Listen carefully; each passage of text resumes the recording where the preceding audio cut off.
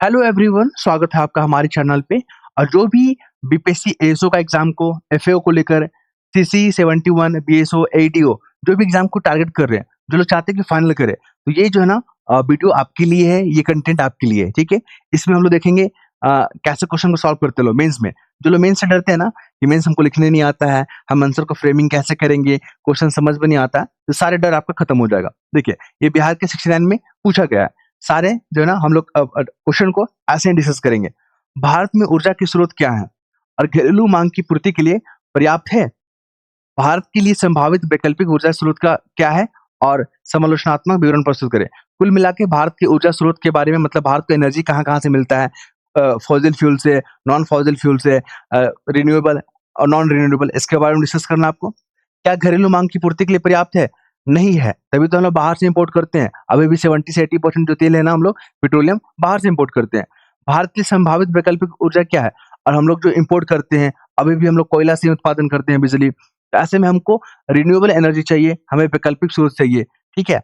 और इसका समालोचनात्मक विवरण प्रस्तुत करना है। इंग्लिश में क्वेश्चन पढ़ देते हैं। What are the source of energy in India? India में सोर्स क्या है एनर्जी का? Are are they sufficient to meet the domestic need?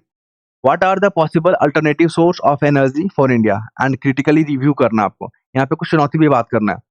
जैसे भारत के लिए प्रमुख ऊर्जा स्रोत में क्या है? कोयला के बारे में आप चर्चा करोगे, आप पेट्रोलियम के बारे में बात करोगे, पारंपरिक जल विद्युत के बारे में बात करोगे, न्यूक्लियर एनर्जी के बारे में बात करोगे, ठीक है? यहाँ पे फ्लो चार्ट भी बना दिए हैं ताकि आप एग्जाम में ऐसे ही चीज़ों को प्रेज़ेंट करेंगे, ताकि एग्जामिनर को आपका आंसर एक बहुत ही ऑथेंटिक, बहुत ही रिलायबल, बहुत ही सुंदर लगे और बाकी लोग से आपको 2 नंबर एक्स्ट्रा देगा, ठीक है? इसको भी याद रखेंगे आप।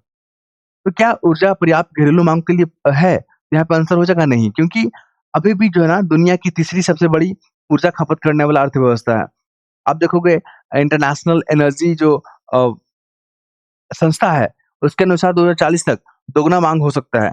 ऊर्जा जो है ना आयात पर निर्भरता है अभी भारत का, जो कि ऊर्जा सुरक्षा के लिए बहुत बड़ा चैलेंजेस है। आप देखोगे बिजली की अनुपलब्धता और अनियमितता बना हुआ है। ग्रामीण क्षेत्रों में तीसरी सबसे बड़ी अर्थव्यवस्था है, 2040 तक दुगना है। आयात पर निर्भरता, बिजली की अनुपलब्धता, इसको आप ध्यान रखोगे। भारत में वैकल्पिक ऊर्जा के स्रोत क्या है? तो सौर ऊर्जा के बारे में बात कर दोगे, यहाँ पे डाटा भी दे दिए हम लोग। पवन ऊर्जा के बारे में बात कर दोगे, जो कोस्टल एरिया है वहाँ पे पवन ऊर्जा के लिए काफ़ी संभावनाएँ हैं। आप बायोमास और बायोगैस के बारे में बात कर दोगे, ग्रीन हाइड्रोजन के बारे में बात कर दोगे। अगर इतना पॉइंट लिख देते हैं, आपका आंसर बहुत मज़ा हो जाएगा, ठीक है? देखिए वैकल्पिक ऊर्जा में हम लोग सौर ऊर्जा, पवन ऊर्जा, बायोमास, बायोगैस, हाइड्रोजन, इसको फ्लो चार्ट में भी हम लोग दिखा दिए हैं।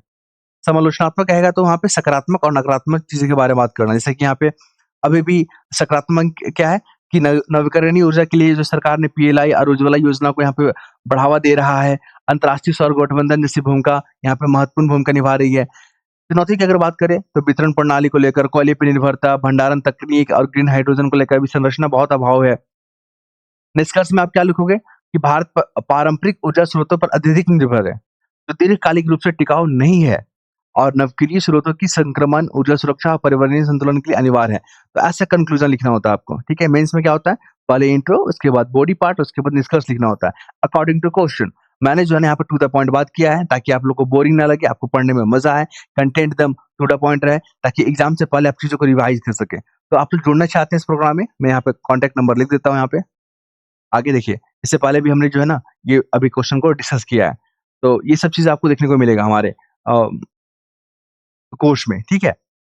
ताकि फ्लो चार्ट, पैसेज, पैराग्राफ कैसे लिखना है, चीज़ों को प्रेज़ेंट करना है, सारे कुछ डिस्कस किया जाएगा यहाँ पे। तो मैं यहाँ पे आपको नंबर बता देता हूँ, क्या नंबर है हमारा, आप इस पे कॉल करोगे 9430357042, आप इस पे कॉल करोगे, ठीक है? इंक्वायरी करके आप जुड़ सकते हैं, ठीक है? साथ ही आपको ये बता दें कि हमारा जो है ना, जनसत्ता न्यूज़पेपर डेली डिस्कशन चलता है, जो कि करंट अफेयर के लिए बहुत इंपॉर्टेंट होता है।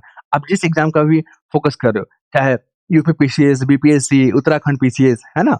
तो उसमें चीज़ है ना, आपको बहुत हेल्प करेगा, क्योंकि 35 से 40 क्वेश्चन आपके करंट अफेयर के रहते हैं और लगभग के लगभग क्वेश्चन आपको यहाँ से देखने को मिल जाएगा। मैंने आपको प्रूफ भी दिखाया कि कौन-सा क्वेश्चन, कौन-सा फैक्ट पूछे जाते हैं बार-बार, क्लियर है? तो अगर आप इससे जुड़ते हो, तो जीएस के टॉपिक भी, आपके करंट अफेयर के टॉपिक लगभग-लगभग जो है कवर किए जाते हैं।